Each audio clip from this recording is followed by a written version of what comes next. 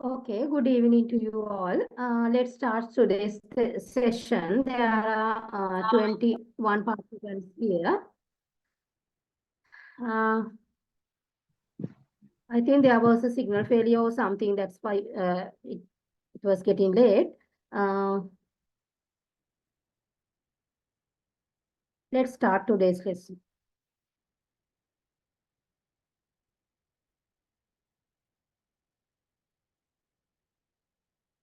Let me share the screen.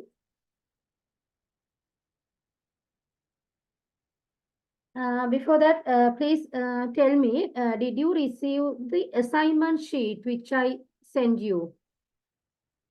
Did you receive it to your groups?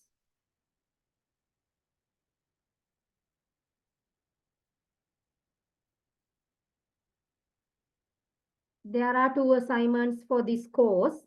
So I sent you the assignment sheet. Did you receive it from your groups? Still not? No, ma'am.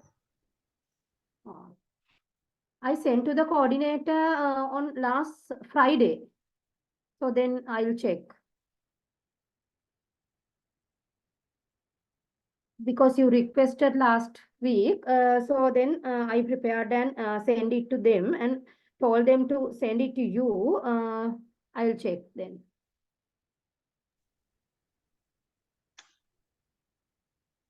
Ma'am, yes, received.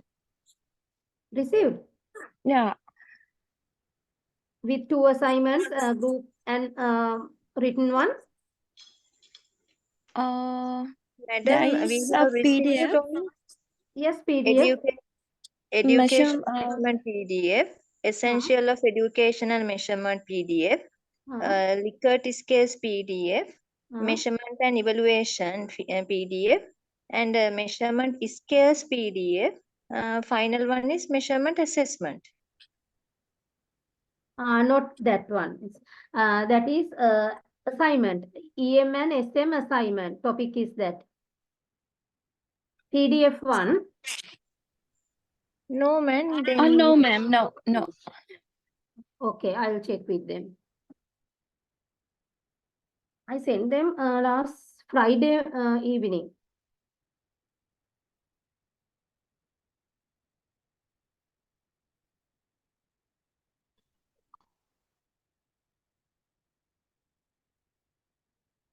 So until then, your group presentation will be on April 6th and your written assignment will be, deadline will be on 3rd of May. So group presentation, I will group you by getting your list and I will let you know. That's all. Those are on main objectives and 3 domains and all. Then how to make questions like that. Then simple statistical methods. So you have to find them and present it. That is on group presentation. Written one is limited. Maximum limit is 3,000 words, 2,500 to 3,000. So you have to search and write them and submit to the LMS. Madam, can you please repeat the date again? Group presentation, April 6th, 6th of April. Written one, 3rd, yes, 3rd May. Group presentation 6th of April, written 3rd of May. Okay, ma'am. Thank you. Then I think your final examination will be on June.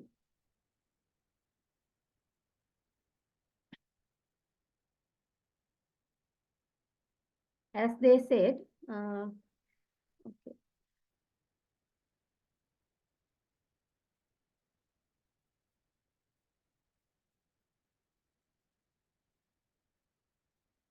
Okay, today is our second session. So that is taxonomy of educational objectives. Under that, we will discuss educational goals and objectives. I expect to discuss educational goals and objectives with a group activity by dividing you to the groups, and then we'll discuss national educational goals and competencies, Bloom's taxonomy of educational objectives. Under that, educational objectives in cognitive domain, affective domain, and psychomotor domain.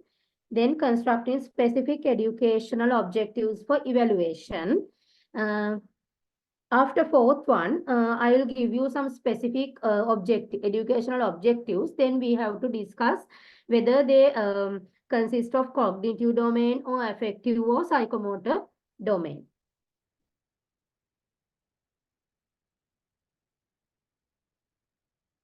So this is our group activity. You within your group, you have to differentiate the following with definitions and examples. If you have definitions, better to give it.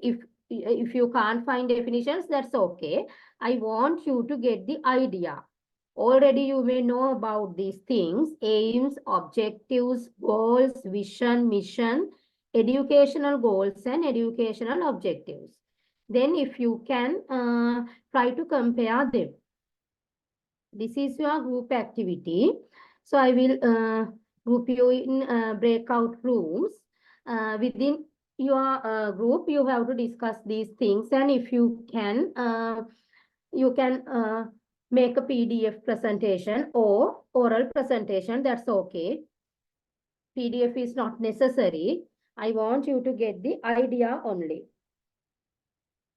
These are simple terms. So group activities are essential in this type of classes. It means online. So we have no physical interaction. So it is important to interact with your group members, your course members.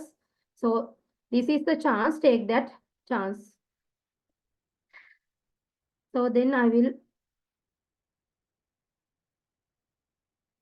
divide you. So take it easy. Don't take it too serious.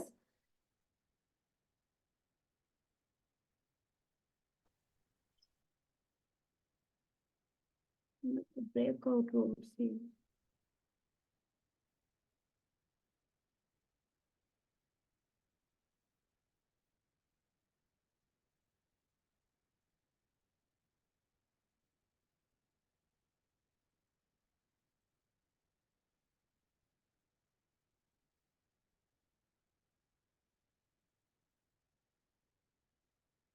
So today link, I don't have a breakout room option here.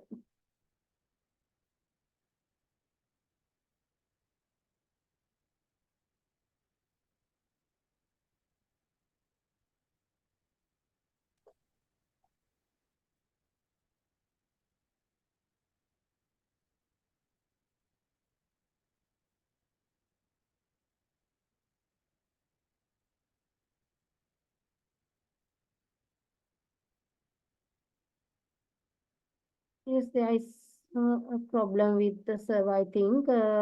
They don't give me option for breakout rooms. Okay, then I'll give you 5 minutes. Individually try to find the meaning of these things, and if you can find, please try to find definitions, and then I'll give you a chance to present it. Try to find these words: aims, objectives, goals, vision, mission, educational goals, and educational objectives. I will give you about 5 minutes. Try to do it.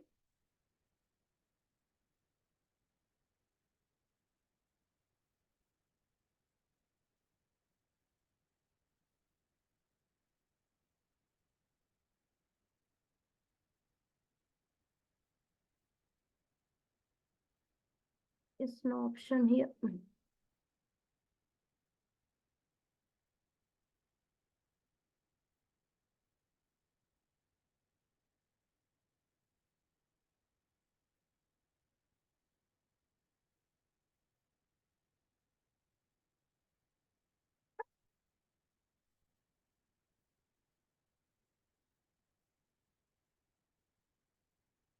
If you type these words, you can easily get the definitions and details on these words. Sometimes it may be difficult to find definitions. I need the meaning.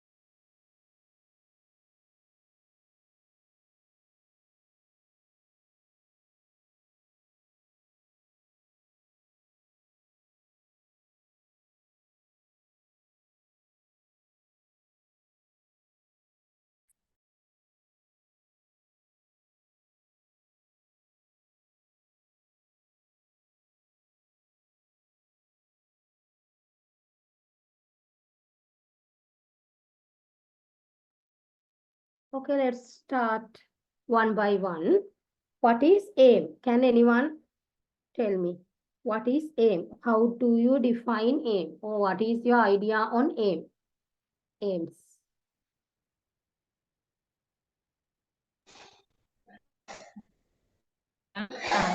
Me?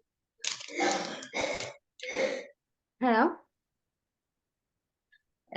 Aim results that our plans or actions are intended to achieve. Can you repeat it, miss? It's not clear. Results that our plans or actions are intended to achieve.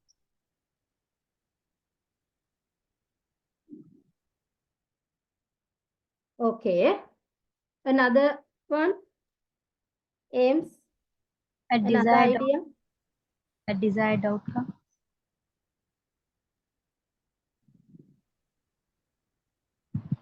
Sorry, it's not clear, miss. A desired outcome. A desired outcome. Okay. Any other ideas? In education, aims state what a learner might learn or what the teacher might do. Yes.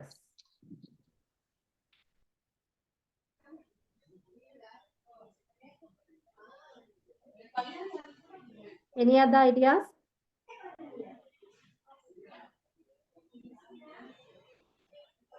Point or direct at a target. Direct at the Target. target. Yes. Oh, yes. It directs to the target.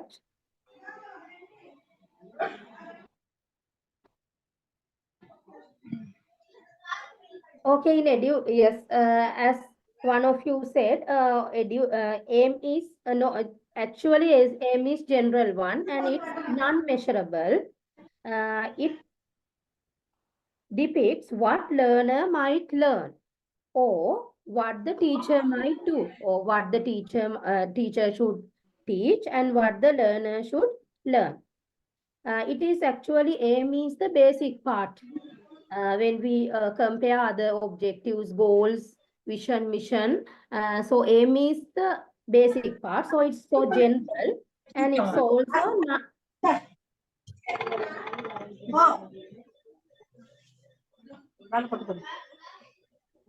It's also non-measurable. Actually, we will discuss about the features of objectives, goals. So up to now, you may know about SMART. Object goal should be SMART like that, but aims like that. Aims we cannot take aims as SMART. So they are non-measurable and so general. As example, if we said Amal's aim is to lose his weight. Amal's aim is to lose his weight. So his aim is to lose his weight. It doesn't say anything about how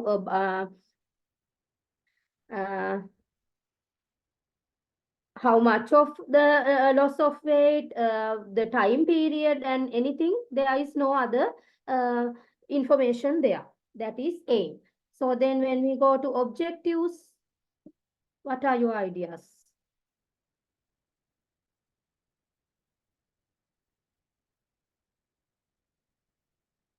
Objectives. Short-term expectation that we expect to attain in a specific manner. Yes, or very period. good. It's long term. Yes, very good. Another idea? Objective describes exactly what a student should be able to do. Yes. Good. Any other ideas? We plan things what we can do for the students. Yes. Objectives are concrete things. Any other ideas? Yeah, something that wants effort. Yes. Something that one effort. Yes. all are there. So objectives are not like aim. Aim is general, so objectives are concrete. They should be, the features are, they should be direct and smart also. So they are my long term, not long term. Long term means yes, it is smart, measurable one. Then as example, so one of your objective may read all the reference books of the course by the end of this semester, like that. So there is time period is there, how many pages is there. So like that, objectives are something concrete. Objectives are concrete and it's directly direct us to the goal. So then let's go to the goal. What is goal?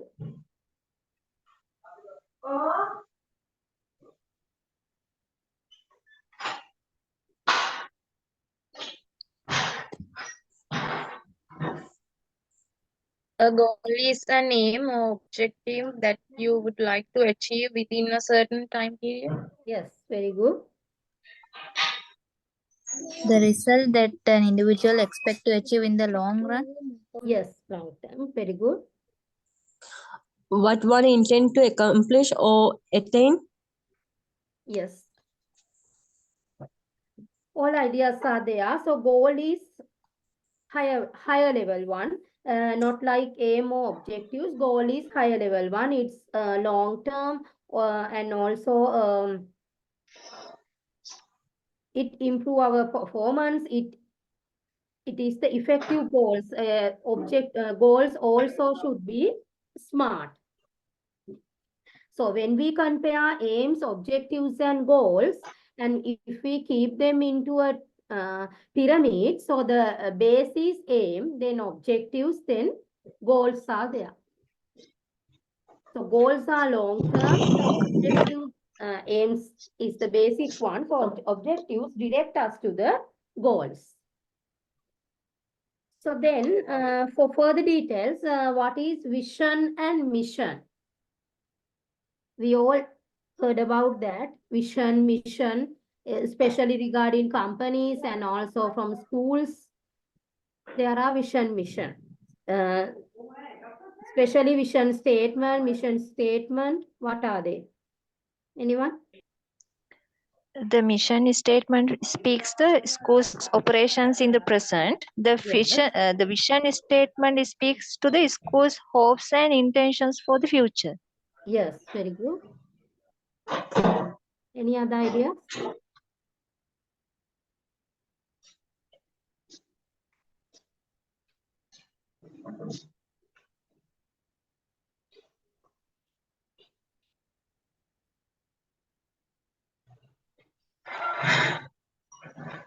Yes, yes. Any other ideas? Vision means the ability to think about or plan the future with the imagination or wisdom. Yes. Mission means a specific task with which a person or a group is charged. Yes. Both ideas are there. So mission directs us to the vision. A mission is the description which an organization purpose for existing. It will help others to know what the organization or what the school do, why they should do that, like that. So it describes the present activity as she said. And vision is very clear and it gives us the picture for where the company or school or any organization is trying to going and why it wants to go there. So it provides basis foundation for defining mission statement. Actually, vision paints a picture, whole picture of the entire future of the company or organization or anything.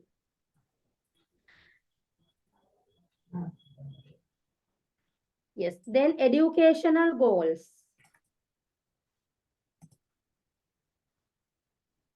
So when we consider goals with regarding the educational education. So what is educational goals and educational objectives? Milestones that we set to guide our educational journey. Yes, very good. Any other ideas?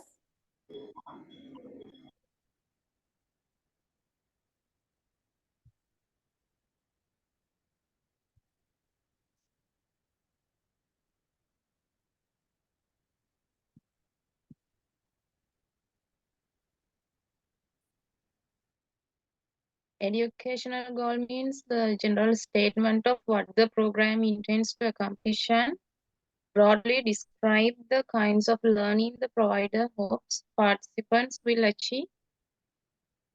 Yes, it's there.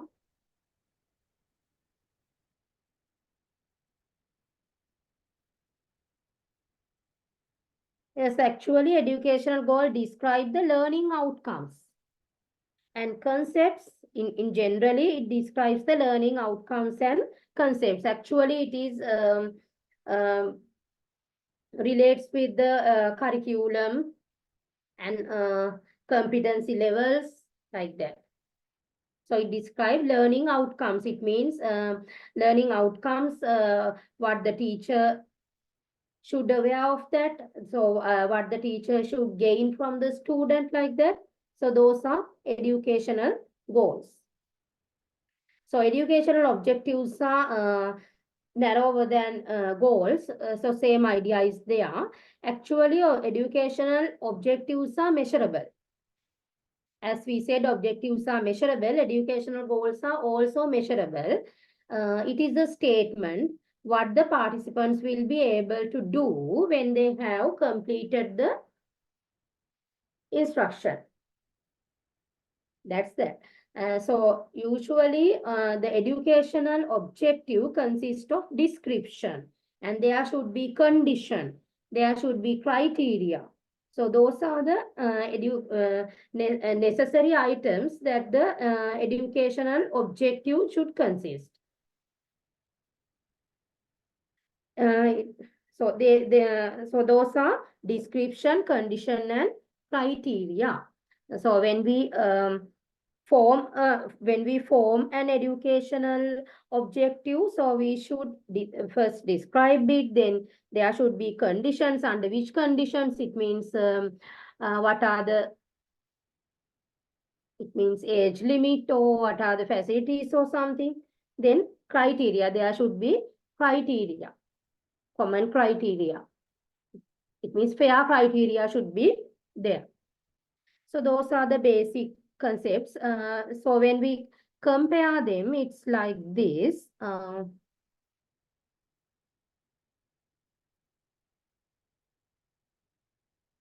As you can see in the first figure, so goal is a broader thing. Objectives, as we discussed,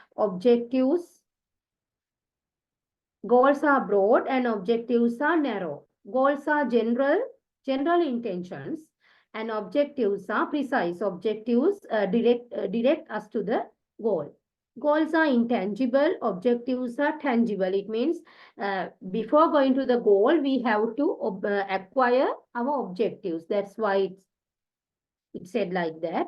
So then goals are abstract and objectives are concrete. So this is the small description on aims. Aims are general statements. It provides directions.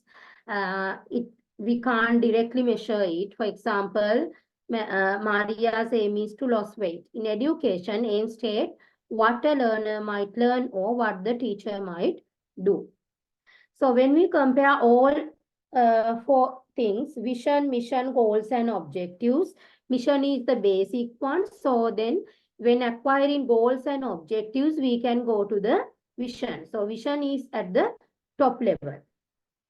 In between them, goals and objectives are there. Actually, when we go to our school, there is mission and vision. Within that mission and vision, we execute educational goals and objectives. That's like that. Then, as we talked, goals and objectives should be SMART. SMART means S in acronym specific, M is measurable, A is achievable, R is relevant, and T is time-based. Relevant means in some pages you can see that it is like realistic, relevant, both are there.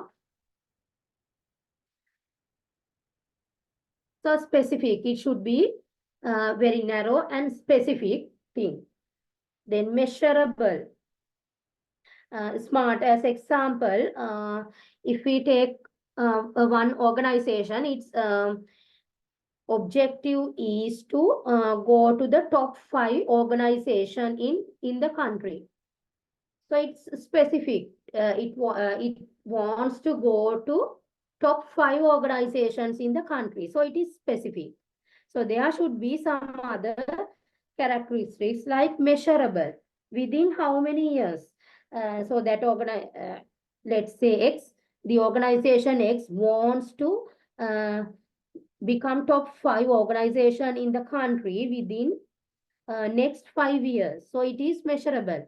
Top 5, yes, top 5 companies or organizations in the country within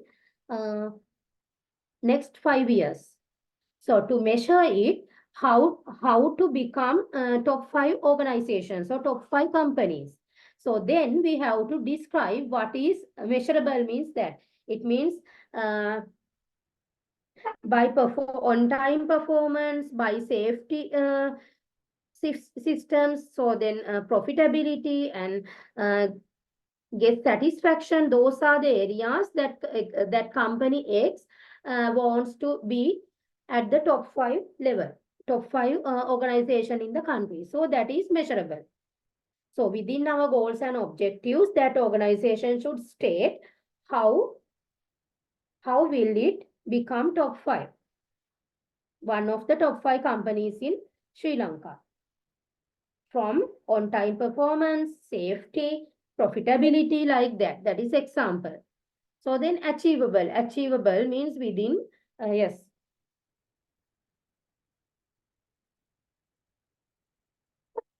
Achievable. So that company should go to that target within its employers and employees. So that should be achievable within that company. So relevant, it should be relevant or realistic. That is, if that company X wants to become one of the top 5 companies in Sri Lanka by 25 years, after 25 years, that may not relevant. So 25 years is very big time range. So it wants to go to there within 5 years of a time period. So that is relevant. They can achieve it now. Long term, but they can achieve it. Time-based is time-based or time bound, that is within 5 years. Those are the characteristics of goals and objectives. That is an example. So within our objectives or goals, we have to, our goal or objective should be SMART. So those characteristics should be there somehow. It should be there. It means within 5 years means that it becomes relevant and time-based both. So somehow it should indicate these 5 characteristics. I describe in the note with examples and all, so you can refer it. I will send it to you. So think of some of the objectives with SMART. So can someone think about one goal or objective, not regard as it may not regard into the education. Anything can someone give example with smart features? Can anyone try? Then you can clarify it. That's why I asked you.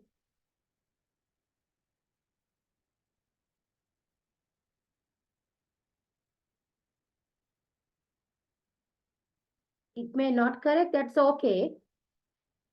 Just say it.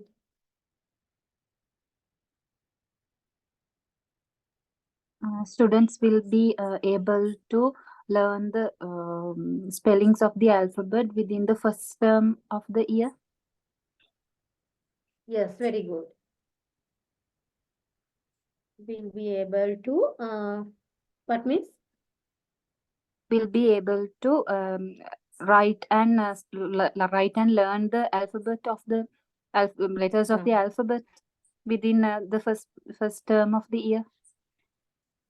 Within the first term. Yes, very good. So the student will be able to write and learn the alphabet. Yes, that is specific within the first term. So that is time bound. That is also relevant to the students. It is also achievable within first term, so they can do it. No, then it is the student will be able to, yes, how to measure it? We measure it by assisting their writing and writing ability. So that's okay. That is smart objectives. Yes, very good. Any other attempt?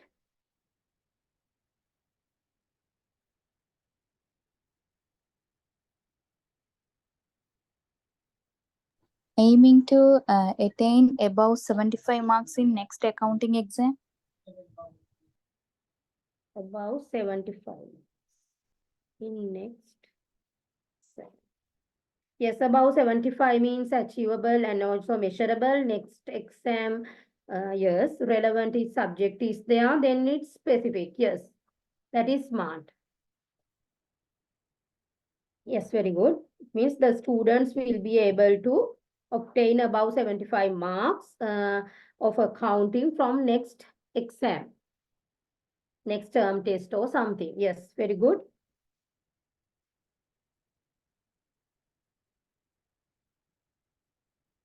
Yes, now you can clarify what is smart means. Yes. Then let's move into next one. Good attempt, both are correct. So our second one is national educational goals and competencies. As you all know, there are 8 national goals. You can find these things in your teacher guides, teacher guide books. In first pages, it is printed. There are 8 national goals. So let's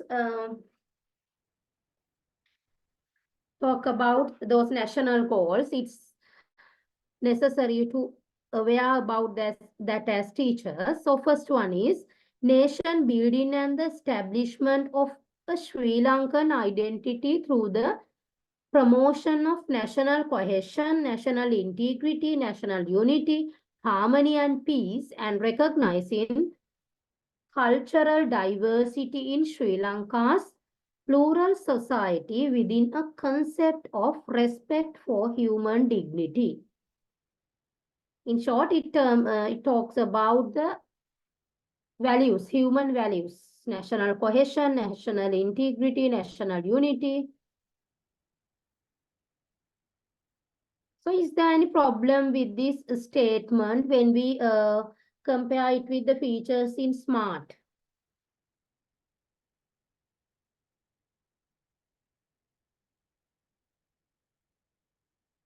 Actually, no need to evaluate this, but let's talk about that.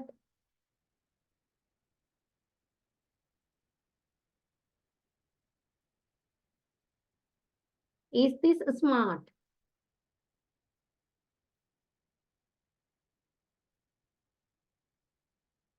You can identify the difference between national goals in Sri Lanka and other countries if you search the national goal, educational goals of India, China, or other countries. You can identify the differences. See, this is too vague. So, can you understand this? It gives so many information. So that's why, actually, that's why all of us know about there are 8 national goals and 7 competencies. So who can remember those things? So that is the question, who can remember? And also when we make a curriculum, we should adhere to those national goals and competencies.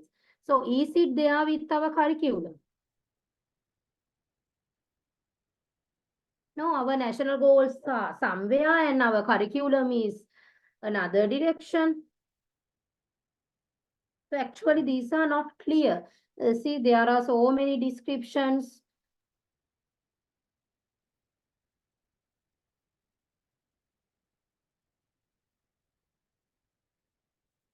When we keep aside the smart, but we can't understand this at once, no? So those issues are there. Let's move into the second one. Recognizing and conserving the best elements of the nation's heritage while responding to the challenges of a changing world. Yes, today we want the citizens like this. They want to respond to the challenges of a changing world, because we nowadays we are in the changing world.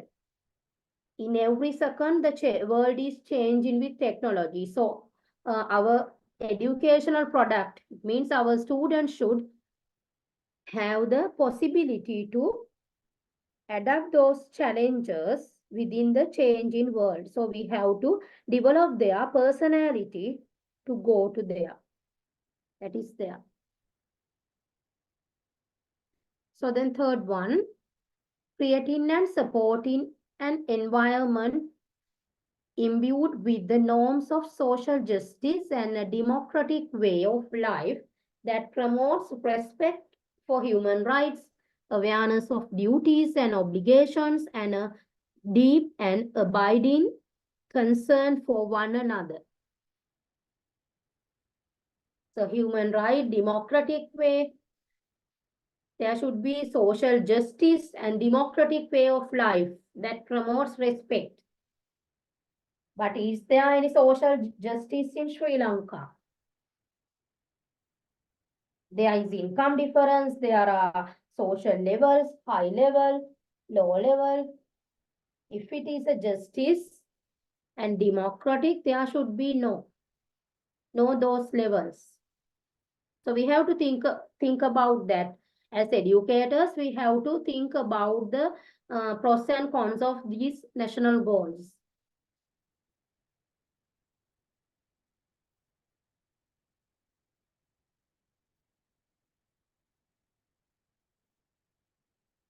So someone interpreted one day with those national goals, and we also take all those things year by year, and we don't refresh them, or we don't update them. So we have to think twice of all those things. So the fourth one, promoting the mental and physical well-being of individuals and a sustainable lifestyle based on respect for human values. Promoting the mental and physical well-being. Mental well-being, physical well-being.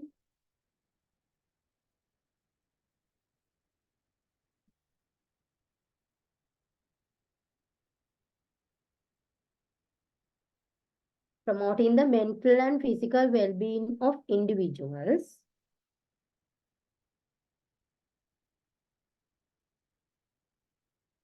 and a sustainable lifestyle based on respect for human values. So then fifth one, developing creativity, initiative, critical thinking, responsibility, accountability, and other positive elements of a well-integrated and balanced personality. To have a balanced personality, there should be creativity, initiative, critical thinking, responsibility, accountability, and other positive elements. So you know creativity. What is initiative? Initiative. Another problem in Sri Lanka. So our products, it means our students have so many ideas.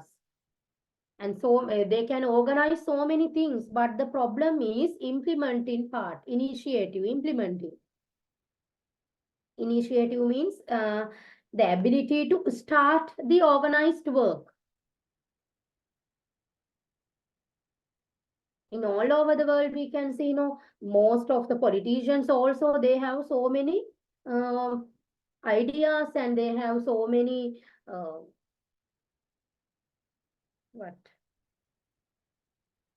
many plans, but there is no initiative work, so no implementation there.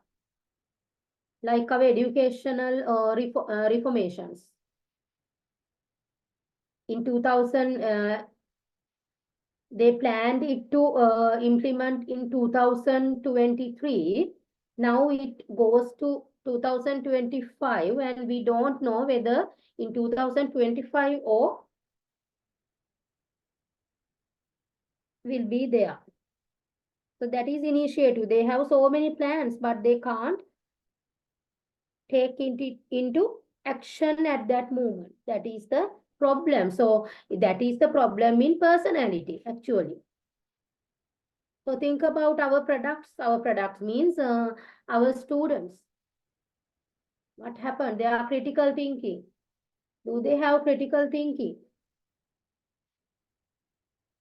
Within this competent educational system, their critical thinking is so low. Their critical thinking ability is very low. Most of our children can't think. So we don't let them think within our curriculum. No, that is the problem.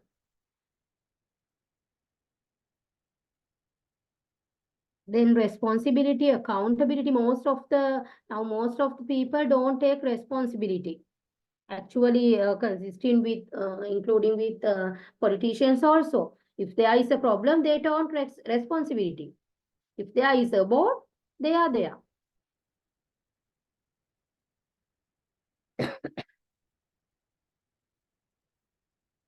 So then sixth one, human resource development by educating for productive work that enhances the quality of life of the individual and the nation and contributes to the economic development of Sri Lanka.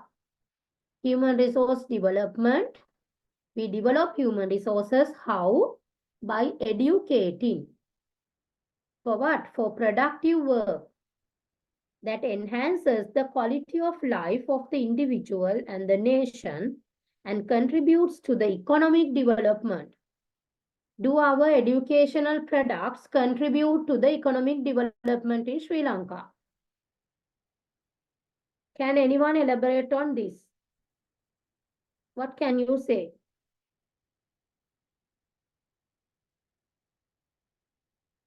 It means after 13-year education, school education, it means free education.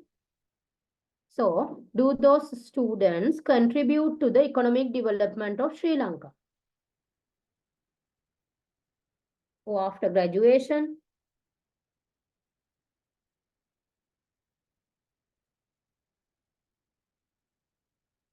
What can you say about that?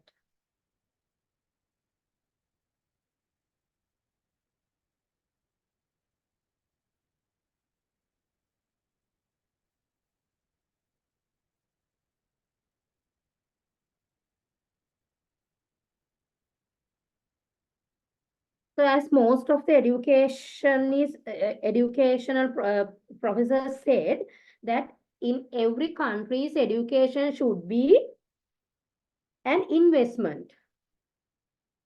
So every country should plan their education as the investment. But in Sri Lanka, it is totally an expenditure, not an investment. It means after 13-year education, the product should contribute to the economic development. But after 13-year education, they can't do any professional work. Professional work means not professional jobs. It means if he becomes a mason basso, it should be a professional one after 13-year education. But there is no such products. So our the investment of our education is totally a cost. So our education system don't plan that. They just distribute free distribution. They just do free distribution of textbooks and also uniforms. They are nothing. But the output is nothing. Actually, what happened? The uniform. So they give the children free uniforms. But what about the tailor cost? It is at least 2,000 or 2,500. Usually in urban areas. So it is not a useful thing. So we can buy ready-made uniforms below 2,500 uniform set. So when free education means we have to think twice about that. Is it necessary for all? Free education, is it necessary for all? So there may be so many arguments on that, but we should twice think about that. That is why it is so totally a cost, not an investment. So somehow one of our educational goal is to contribute our product should be contribute to the economic development. So the 7th one, preparing individuals to adapt to and manage change and to develop capacity to cope with complex and unforeseen situation in a rapidly changed world. They should be adapt to the situations in rapidly changing world. As I told you earlier,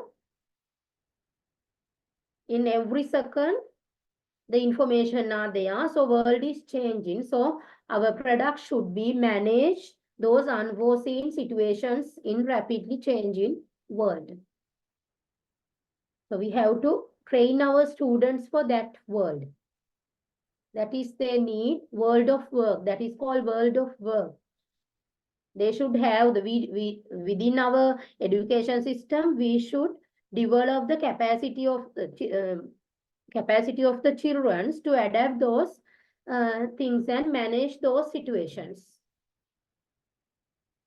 So the last one, fostering attitudes and skills that will contribute to securing an honorable place in the international community based on justice, equality, and mutual respect. Another values are there: justice, equality, and mutual respect.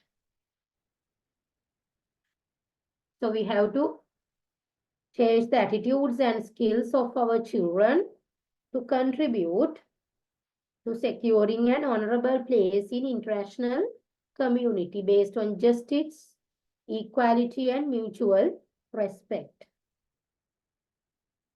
So those are our 8 national goals. Then let's talk about competencies. Mainly there are 7 competencies. First one is competencies in communication. When you search the internet,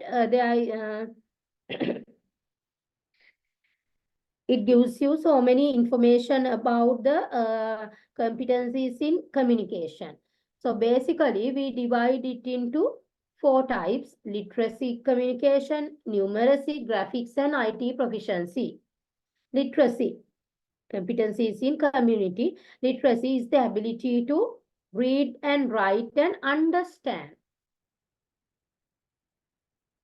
In early times, the literacy, normally they define literacy as the ability to read and write, but now it should be the ability of read, write, and understand.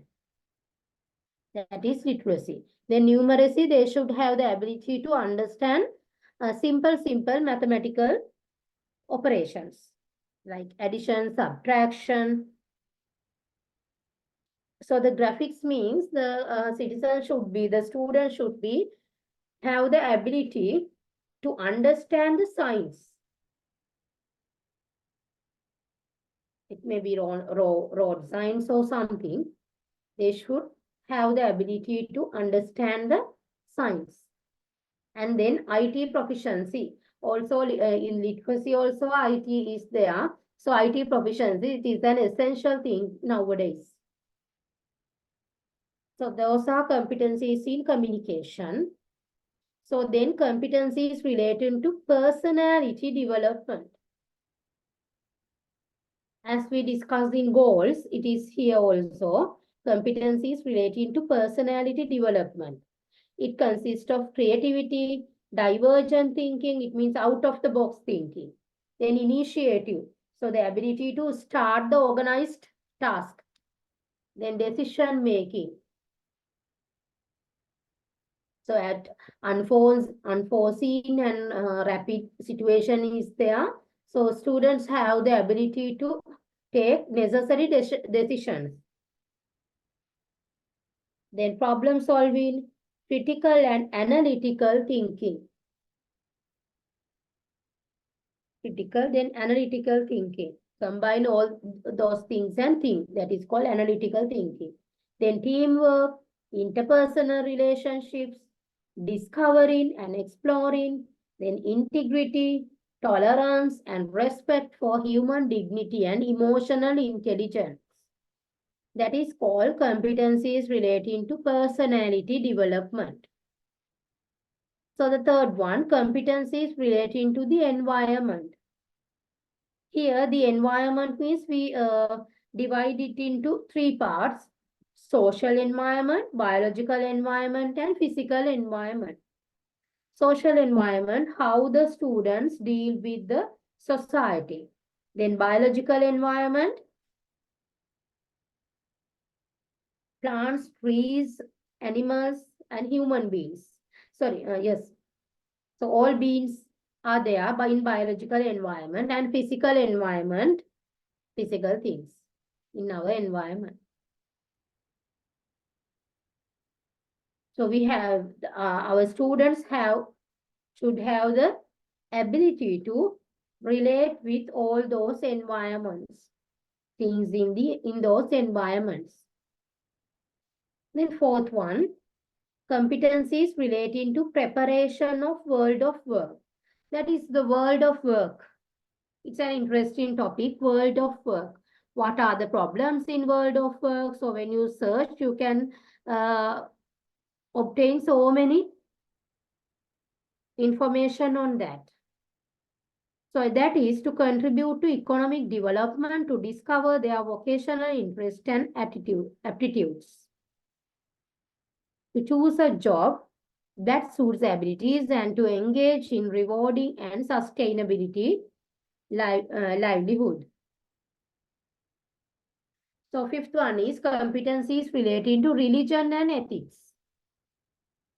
That is ethical, moral, and religious modes of conduct in everyday living, selecting and which is most appropriate.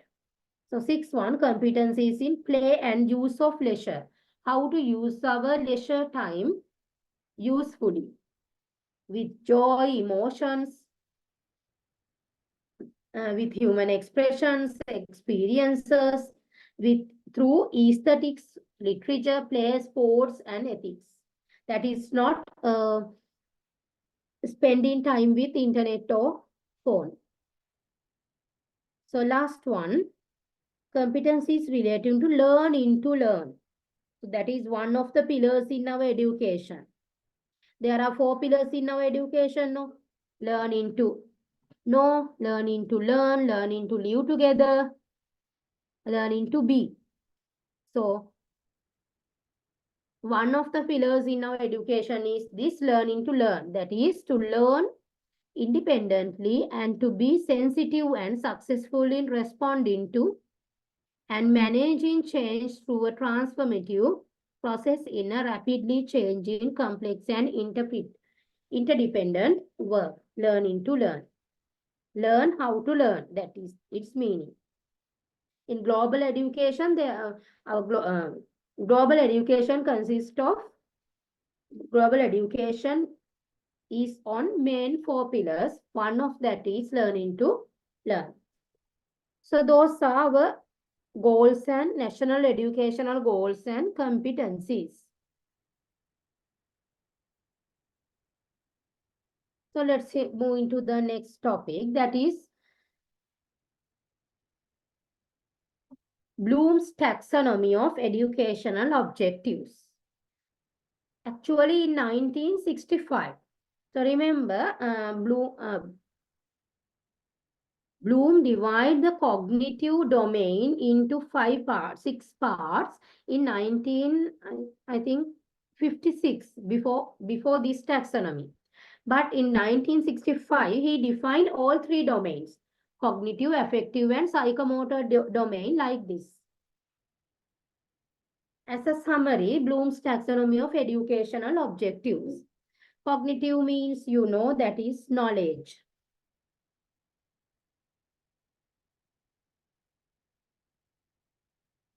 So under that is first one is recall data, then understand, apply, how to use it, then analyze. What are the elements? What are the structures? Like that. Then synthesis and evaluation. So in affective domain, that is attitude. Affective domain based on attitudes that you receive. It means awareness. It means receive the messages from the environment through 5 senses. That is receive. Then respond. We react for those messages. Then value, understand. Then organize personal value system and we change our character according to that. Then psychomotor, that measures skills. So first one is reflex. Then basic fundamental movements. Then perceptual abilities, skill movements, and non-discursive communication.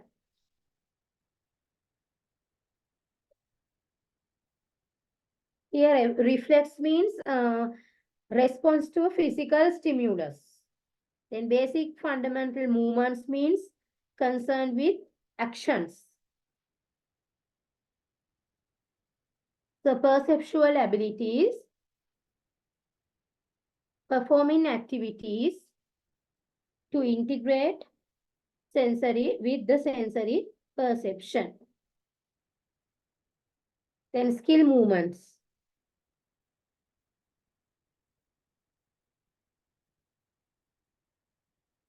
Change our skills or change our movements according to the environment. Then non-discursive communication, that is expressing through purposeful movements and acting.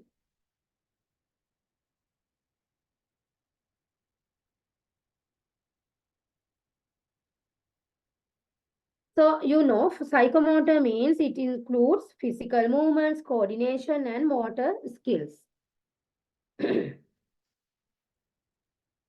So, after this is the basic idea of Bloom's taxonomy. This is only Bloom's taxonomy. After sometimes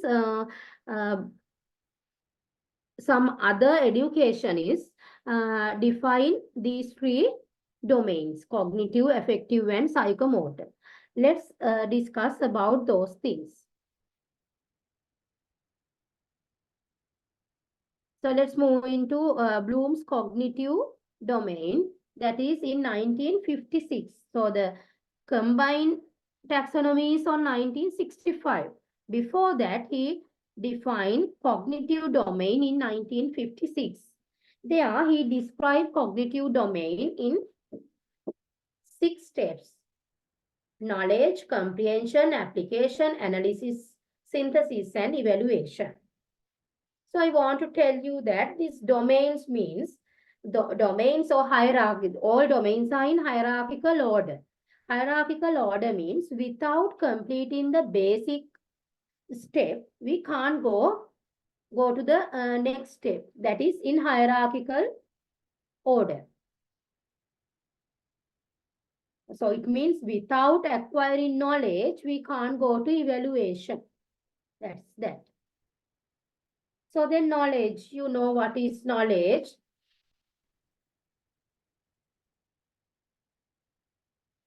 That is taking understanding of something from our 5 sense knowledge.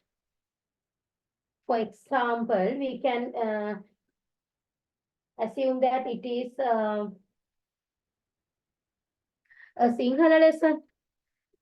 So the teacher taught the students what is a noun. So according to the knowledge, the student should have the ability to define the noun. That is knowledge. So then comprehension, that is understanding. So the student should understand that and use it in more practical way. That is comprehension.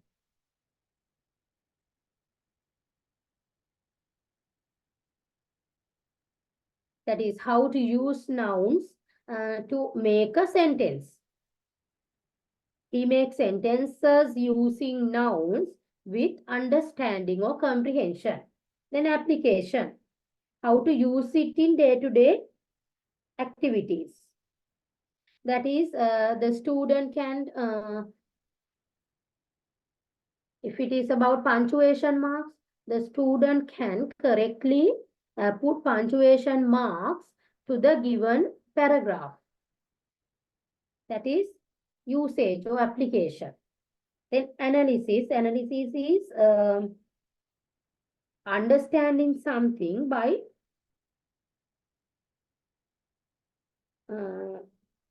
making it into several parts.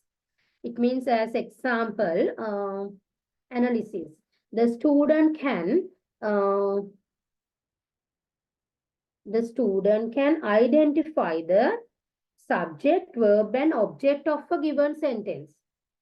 So there he analyzed the sentence with as subject, verb, and object. So he can analyze it. So synthesis is acquiring all the learned things, all the knowledge to one. It means the student can create, student can, student can write a poem regarding the beauty of the dawn or beauty of the morning. So that is synthesis. Then evaluation, we have to evaluate the skill of the students. It is like the essay, like that, essay or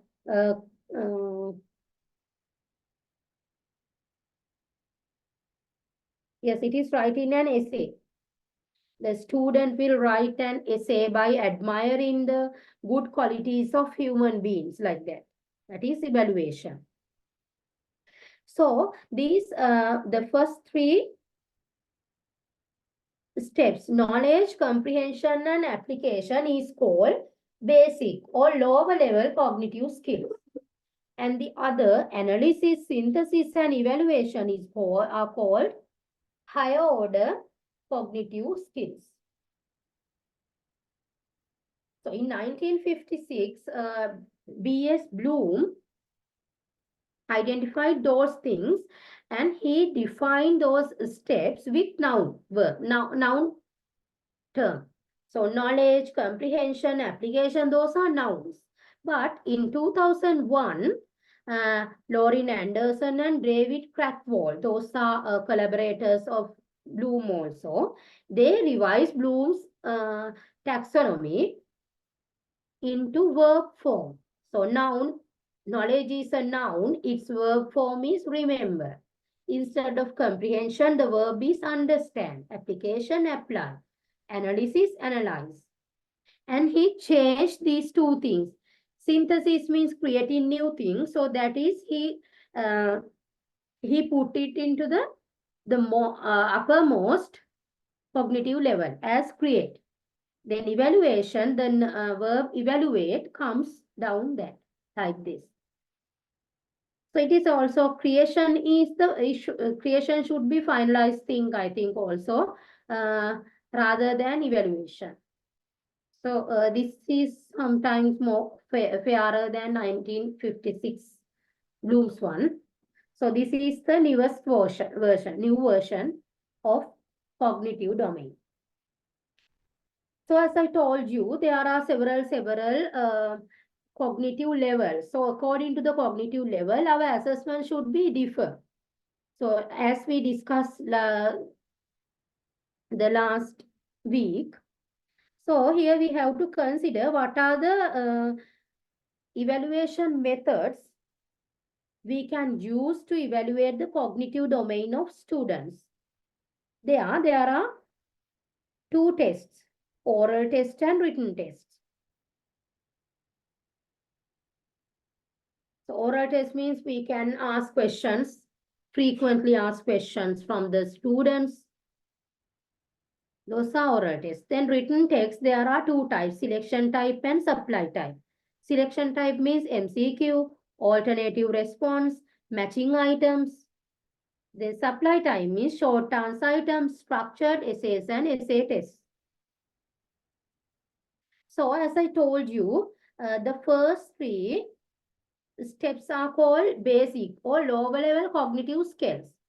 So tell me, when we consider selection type and supply type test, which type test is most appropriate to measure lower level cognitive skills of students? Tell me. Which type is appropriate to measure lower level cognitive skills?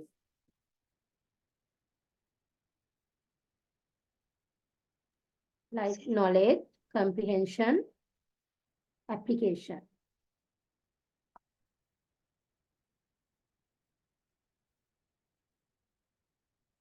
So Miss Dhananjana, do you have any idea?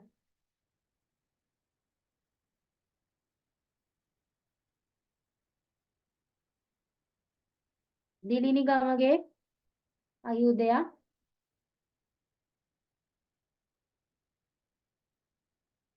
Then Miss Hamiza.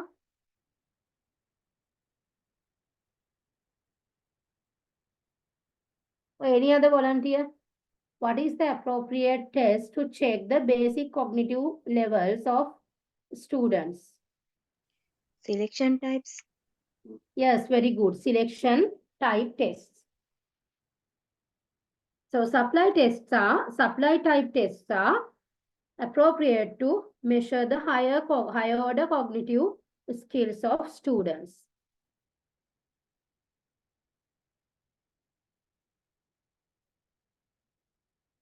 Yes. So last we discussed about main two assessments which we can do according to the occasion. According to the occasion, there are two types of assessments. What are they? Can anyone remember? Formative and summative. Yes, very good. Formative and summative. So in cognitive domain, which type of assessment can we use? One type, two, or both types can be used, or anything?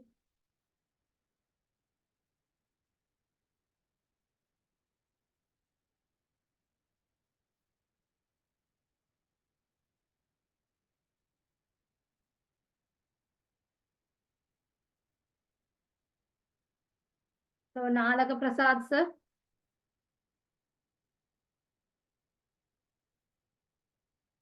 Rashmi.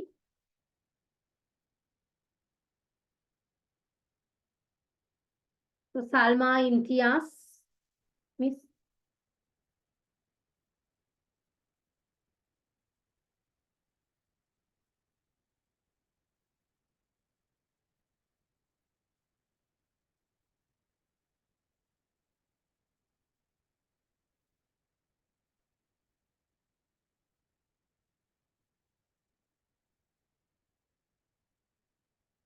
So can we use formative assessment here?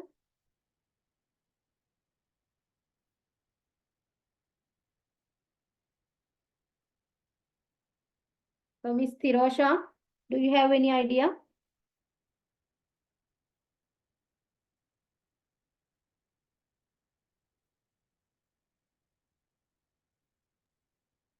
Formative assessment, they do not give a position to the children. So during the session, we just identify the problem of children to get to know only. Why, Miss? They give the chance to, so we can ask questions to students, questions from students. So there, we can give the chance to students now.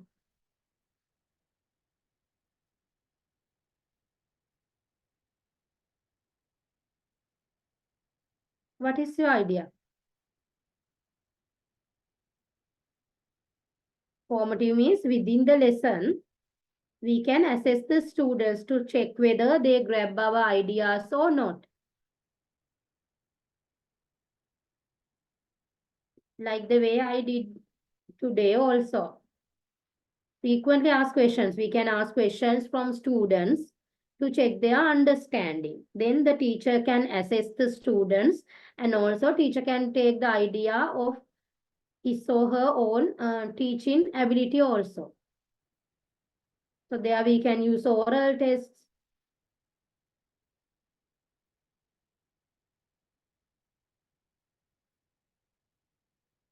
Do you understand, Miss?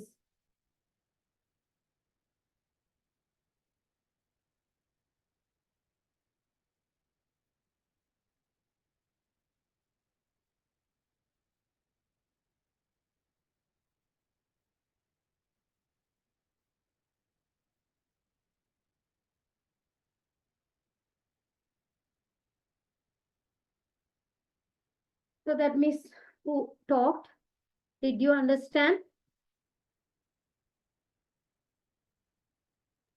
Yes, ma'am. I got now. Yes. So for cognitive assessments, we can use both formative and summative assessments. It means during the lesson and also after the lesson, we can evaluate our children using those types of tests. So summative is at the end of the session. So formative means during the lesson, we can assess students by asking questions or by or at that moment, we can divide the class into groups and give them assessment like that. That is called formative. So then let's move into next.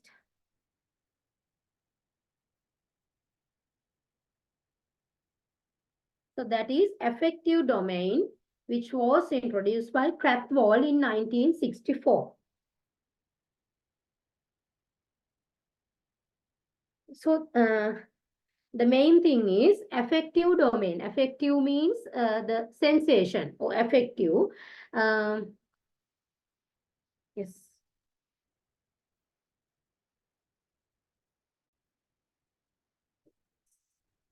There we measure attitudes of the children. So affective domain is not like cognitive or psychomotor. It means cognitive and psychomotor. Can you hear me? I can take the message as your connection is unstable. Can you hear me? Yes, ma'am. Okay. Then, unlike cognitive and psychomotor domain, we can't measure affective domain skills of students as formative or summative, because we have to wait until the students give the response. Assume that if it is about environmental education lesson, so there we teach the students don't put rubbish everywhere and we have to save environment and like this. So just we can check their knowledge by giving MCQs and anything. But here we want to check their affective domain. So we can't measure them at the end of the lesson or during the lesson. So the teacher has to wait and observe their behavioral changes by taking some time. That is affective domain. So that is the main difference between affective, psychomotor and cognitive. But psychomotor and cognitive domain, we can do measurements, summative and formative. So that is the main difference. In the affective domain also, there are 5 steps. So first one is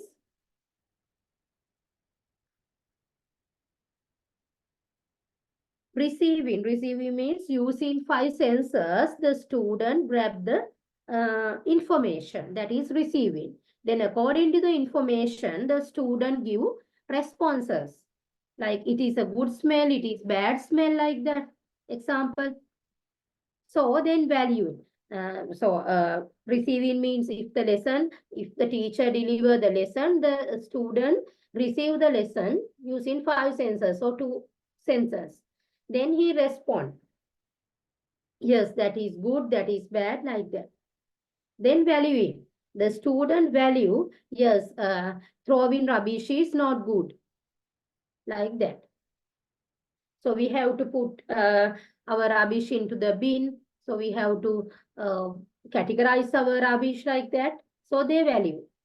And within the student's mind, he organize the things inside the mind. Then he organized and put it into the existing knowledge of him. Then he changed his character by adding those values. That is characterization by a value or value complex. Thereafter, we can see the behavioral changes of the students according to affective domain. So, like oral test or written test, we can't measure that. So to measure that, we have to use behavioral observations, attitude tests, and personality tests. So behavioral observation actually in primary classes, teachers do actually. There are 3 stages. First stage, grade 1 to grade 3, 4.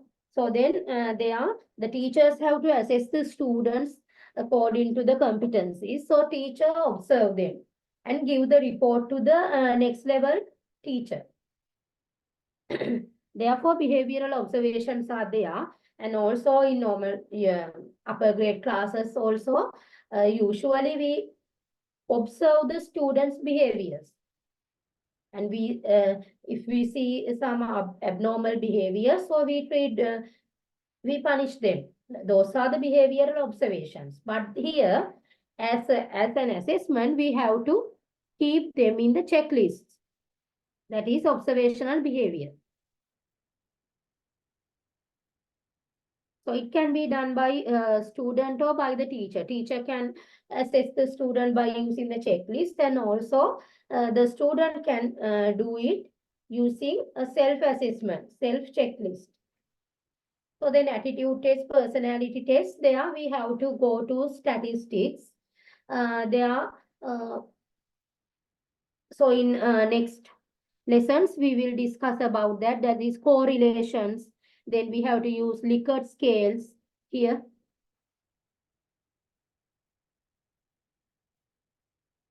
So to interpret data, we have to use Yes, correlations, Likert scales, then tally marks.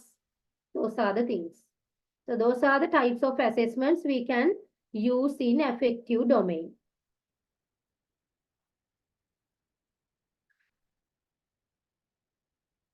So then, psychomotor domain. Here, when we consider psychomotor domain, that includes physical movements, coordinations, and motor skills of students. So there are several educationists who did some work on psychomotor domain. Those peoples are Simpson, Dave, Harrow, Gilbert. So if you search the things, so you can obtain so many domains in psychomotor according to Simpson, according to Dave, according to Harrow, according to Gilbert.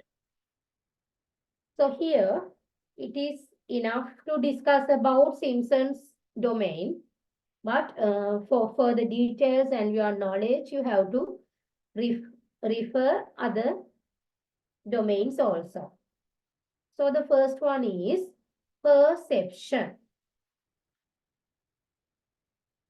According to Simpson, the first one is perception. Perception means it is one of the skills.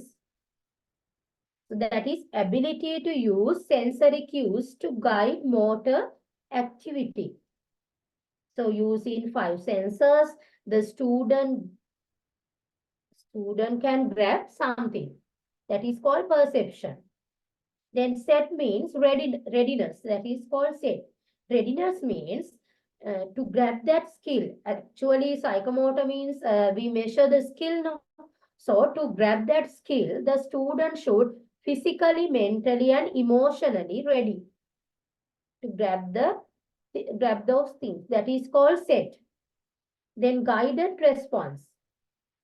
So the skill of imitation, guided response means if it is an aesthetic subject, the students have the skill of imitate the teacher, and then they use trial and error methods to perform like teacher. That is called guided response. According to the guidance of the teacher, the students try to do it or try to imitate it using trial and error method. That is called guided response. So then the mechanism. Mechanism is intermediate stage, that is those movements. So the student try to do those movements. If it is singing a song, so student try to do it in a better way. That is mechanism. Student try to grab that mechanism. That is it. So then complex overt response, there he perform and try to get the proficiency of that subject. Then adaptation, he adapt to that subject. He adapt to those skills into his character, his or her character. Then origination is creating new movements.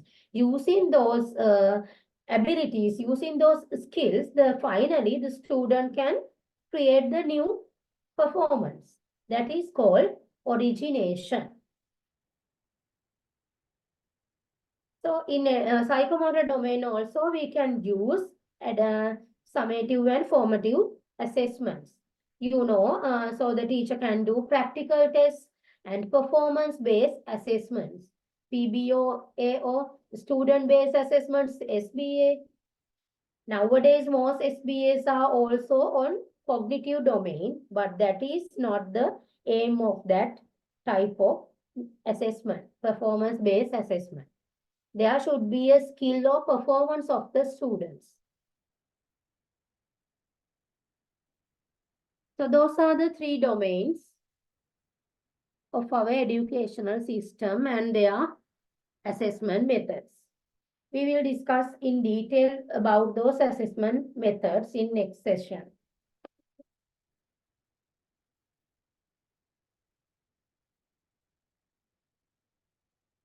So the next part, constructing specific education objectives for evaluation. Here, as I told you, objectives in cognitive and psychomotor can be assessed formative or summative methods. But in affective domain, we can't assess this. Therefore, we have to use several methodologies to assess the students according to the domain. This is the summary of the assessments which we discuss. Part by part, we discuss about these things. So this is the whole summary of that. So then, here the checklist for writing specific instructional objectives. This part is important to your lesson when writing in your lesson plans. When writing lesson plans, your lesson objectives should be specific. So here, when writing specific learning objectives, you have to keep your attention on those things. First one is, begin each statement of a specific learning outcome with a verb that specifies or definite or observable behavior. That is like this. As one of you said, the student will be able to, smart objective, like you said, the student will be able to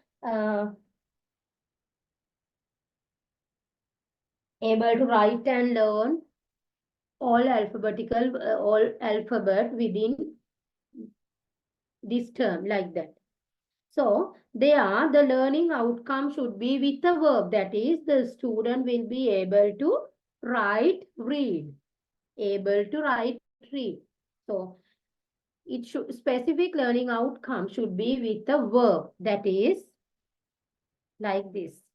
If you want to measure the knowledge, so you have to use recall. The student will identify the alphabetical order. The student will recognize the consonant sounds, like that.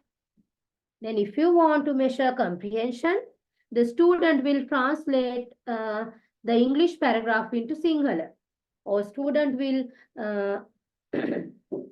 transform active sentences into passive voice, like that. Active voice sentences into passive voice. Then application. The student will apply the knowledge of saving the environment to day-to-day activities, like that. So analysis. If you want to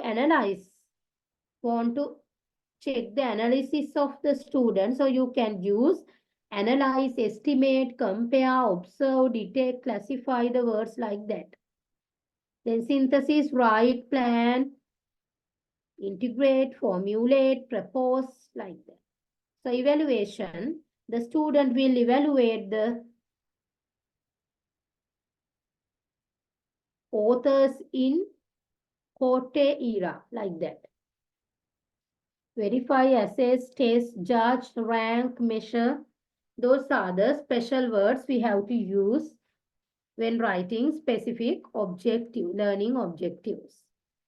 So then the second one is, make sure that each statement meets all three criteria. As I told you earlier, there are three criteria. One is observable behavior. There should be observable behavior. And there should be conditions under which the student will be expected to perform. And also there should be a criteria. So as I told you, when you write the specific objective, it should be smart. So within that smart, these are the characters. It should be begin with there should be learning outcome with a verb, and also it should be main three criteria. There should be observable behavior. It means, as example, the student will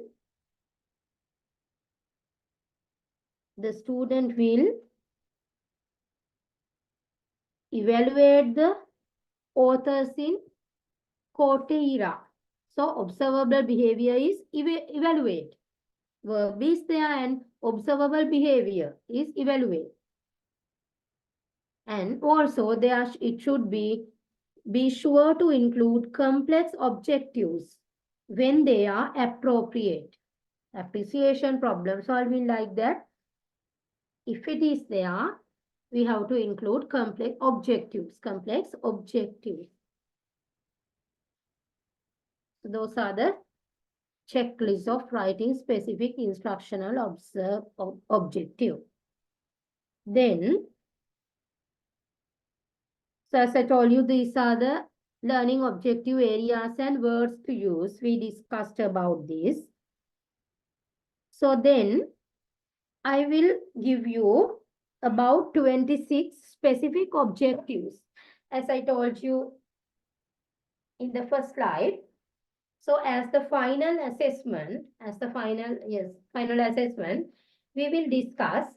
And first you have to find whether those specific objectives are according to you to assess students' cognitive, affective or psychomotor domain. You have to tell me what is the domain which it is used to measure. As example, so when we go to here, you have to select the domain of the following specific objectives. So the first one, the student selects the novel whose author is Martin Wickramasinghe among other novels. What can you say about? Is it cognitive domain, affective or psychomotor domain? Tell me.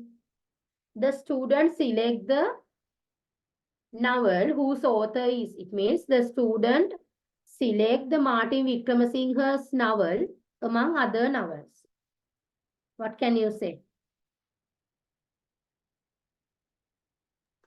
Affective domain. Affective domain. Others?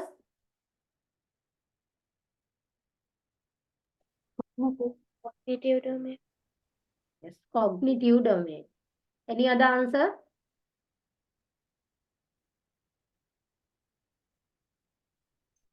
Cognitive.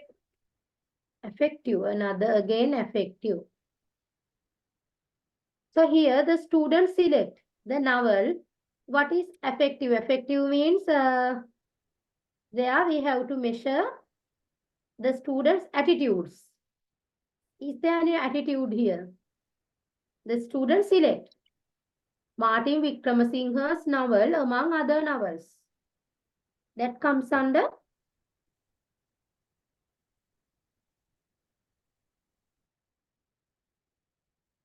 cognitive. If it is the student admire Martin Wickramasinghe's novels, that is affective. Here the student only select Martin Wickramasinghe's novel among other novels. So that comes under cognitive domain. Understood. Now, for better understanding, tell me which type of question can be used here. If it is in cognitive, there are MCQs, structured essays, and short answers, matched tests. So which type of test we can be used here? MCQ. MCQ. Yes, MCQ. Any other answers? Yes, we can use MCQ here.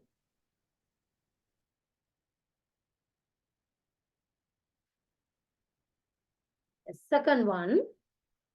So MCQs means you have to remember that in primary classes, there are two choices for MCQs. From upper grade, grade 6 to 11, there are 4 selections. From A level, there are 5 choices. So according to the age, the MCQ type of MCQ is also changed. We will discuss about it. So the second one, the student names The Trade Corps of Sri Lanka. The student names the Trade Corps of Sri Lanka. Which domain is it? Cognitive. Yes, cognitive domain. The student named the Trade Corps of Sri Lanka. Third one, the student writes an essay on Union Nations Association. Cognitive. Yes, very good, cognitive. Fourth one, the student selects the correct definition on democracy among several definitions. Cognitive. Cognitive. Again, cognitive. The student creates a poem on the beauty of the dawn. Effective. Cognitive. Affective is also there, but he creates a poem of the beauty of the dawn. Psychomotor. Psychomotor is not here. If the student, Cognitive. yes, it is cognitive. If it is like this, the student recite a poem beautifully on the beauty of the dawn. The student recites a poem on the beauty of the dawn. So that comes under psychomotor. There the student recites, but here the student creates. So cognitive is there, or actually affective is there. Otherwise he can't create a poem, no. But it comes under cognitive because he creates a poem. If it is like this, the student admire or the student evaluate the content of the beauty of the dawn, of the poem, the beauty of the dawn. That comes under affective. There he evaluate, no, that is affective one. But here the student creates, so it comes under cognitive. Sixth one, the student creates a wall hanger.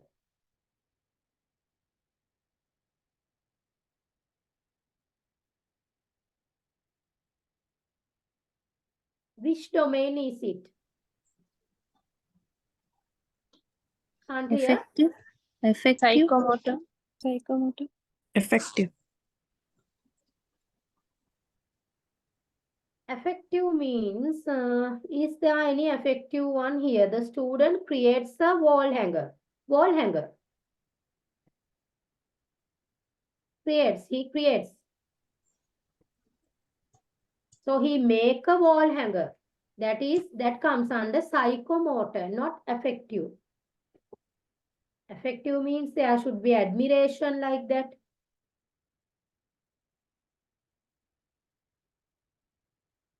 Here the student he creates a wall hanger. That is about his skill. He has the skill of creating a wall hanger. So that comes under psychomotor. Understood?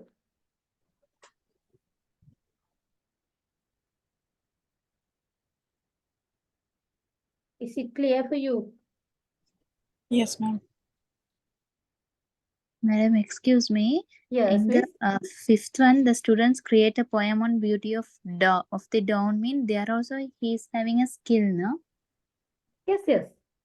Actually skill, but it creates a poem. But the creation is not a tangible one. No. He creates a poem using his cognitive skills, and actually affective is there. But psychomotor, is there any psychomotor? Psychomotor means physical skill like that? No. No. So that is the difference. Very good. When we compare 5 and 6, also same verb is there, creates. But here creates a poem, 6 creates a wall hanger. So remember, in physical, psychomotor means physical movement, coordination, and motor skills. There should be physical skill, motor skill, coordination, like that. So 7-1. The student writes a topic for the given paragraph. That one? Cognitive. Cognitive. Cognitive. Yes. The student, next one, the student translates the given English sentences into Sinhala. Cognitive. Cognitive. Very good. Cognitive. Yes. The student makes the proposal for the project. Cognitive. Yes, cognitive. The student admires the past heroes. Effective. Effective. And affective, that is affective. The student admires the past heroes. That is affective. The student writes an analysis for the given poem. Cognitive. Yes, cognitive. Like we write analysis in Sinhala. Sinhala or languages. So next one. The student prepares an experiment to check the necessity of water vapor for rusting. Psychomotor. Yes, psychomotor. The student agrees that there are some responsibilities which he has to do to the society. Effective. Yes, effective. The students propose some solutions for unemployment. Effective. Cognitive.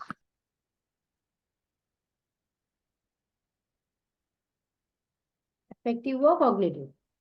The students propose some solutions for unemployment.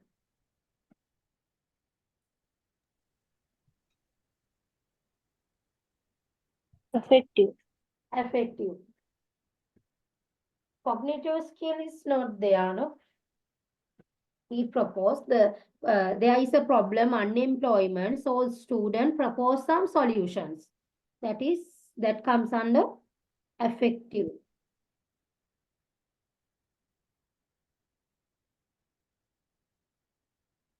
(15) The student identified the subject, verb, and object of the given sentences. Cognitive. Cognitive. Yes. The student names the parts of the tree. Cognitive. Yes, cognitive. We can give them as structured essays like that. 17. The student expresses his or her desire to learn the folk stories. Effective. Effective. Effective.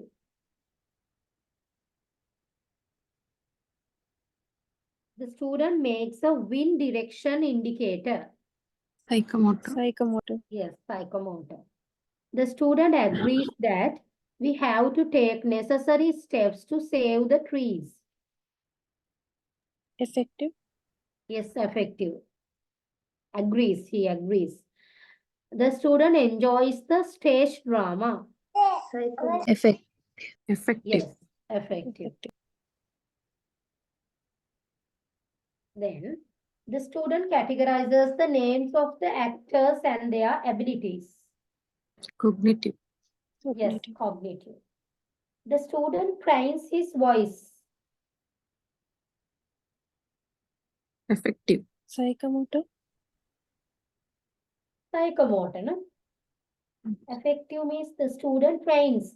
He trains his voice. That comes under psychomotor.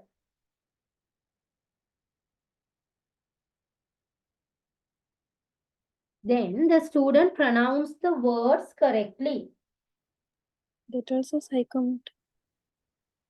Yes, psychomotor. The student finds the perimeter of the flower bed using the given data. Cognitive.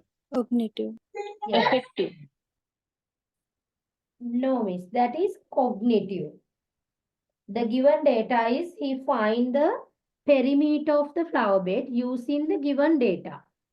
Given data means sometimes it may be breadth and height. Sorry, length and breadth of the flower bed. So then using those breadth and data, he can find the perimeter. That is not affective. That is cognitive. Especially mathematics are under cognitive. Rather than that, here the given data is there and he finds something according to the perimeter equation. So that is cognitive.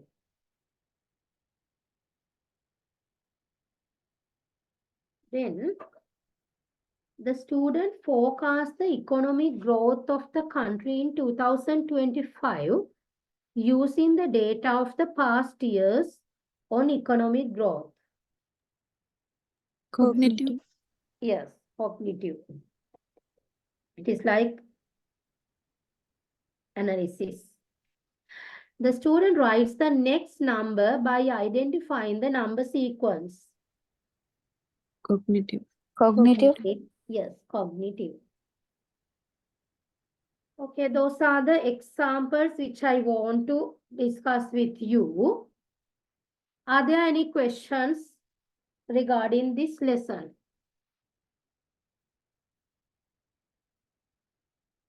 Do you want to clarify something or do you have any ideas?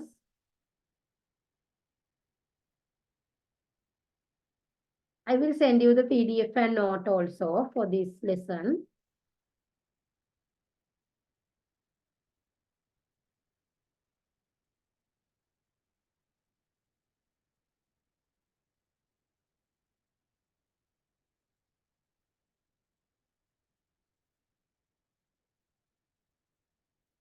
Do you have any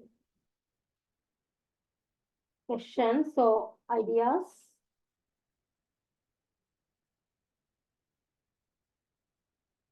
So these specific objectives may helpful to you when you write some lesson plans, actually. So when you write your lesson plans in teaching practice, the learning outcomes or objectives of your lesson should be on all three domains. It should represent all three domains. It means at least one objective should be there in representing one domain. So it will helpful to you about these specific objectives.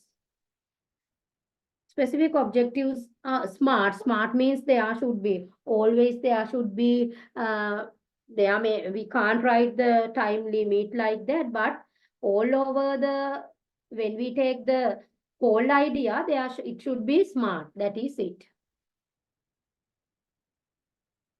So if there is no questions, that's all for today. We will meet in the next session according to the assessment methods of psychomotor domain. So then thank you very much for your active participation and good night to you all. Thank you, ma'am. Thank you, ma'am. Good night, madam. Good night, madam. Good night. Good night. Thank you, ma'am.